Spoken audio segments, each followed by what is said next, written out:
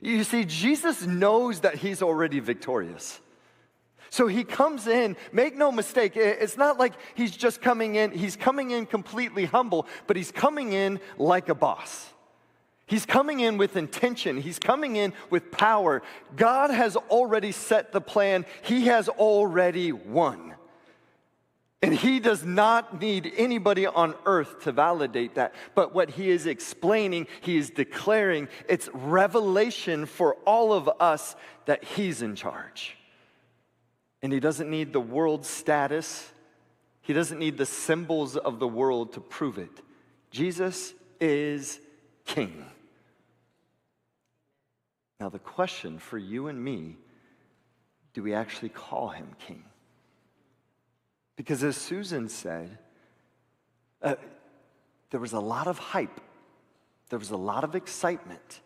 There was a lot of people getting just antsy and different things that go on. For example, right now I've got both my boys playing Little League baseball.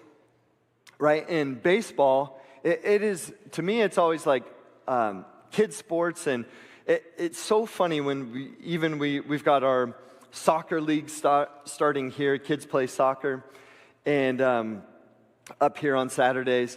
And what's always so fun for me, it was always coaching, and you've got the little kids, and as a coach, even when my kids were like 4 or 5, it was so funny. The kids would not keep track of the score. Guess who would keep track of the score? Parents. I remember one time it was like the last game. It was like 2 best teams. It was here at Wilshire, right? And we had like a team, and it was like back and forth, and it was an amazing game. It was a fun game. But then the other team, the last second scored, so my team lost, second place. And it was so funny. All the parents walked back to our team party like this. And all the kids are like, "What's for snack? This is amazing." They didn't care. The parents cared. And sometimes, and I'm not saying this ever happened at Wilshire. I didn't see it. But parents can get so caught up in the moment in coaching sports and kids, they can say things that they regret saying later on. Right? I've seen in Little League, I've seen grown people fighting over a kid's game. Help me make sense of that. What are you going to do someday? Brag about, on your college resume? "Oh, I won when I was 7 years old, Little League game. And my dad fought for that strike." Right? Anyway. We get caught up in the moment sometimes. This is where I'm going. You're like, "Where are you going with this, Pastor?" Here's where I'm going with this. You can get caught up in the moment, caught up in the hype, and not realize the long-term trajectory of your life. You can even get caught up in a religious experience.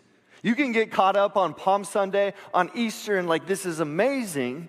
Celebrate, Hosanna, save us, save me, and then be like the Jews that were crying these things. I mean, they lay down, imagine being one of the guys or gals that was there and saying, "I laid down my cloak," and Jesus walked over it.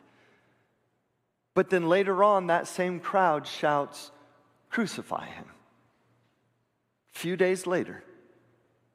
Please do not think that's them and it can't be you. Because we can get caught up in a religious experience. We can get caught up in a Sunday and they're beautiful and we gather. But my question for you this morning, is Jesus king? Is he in charge? Or are you in charge?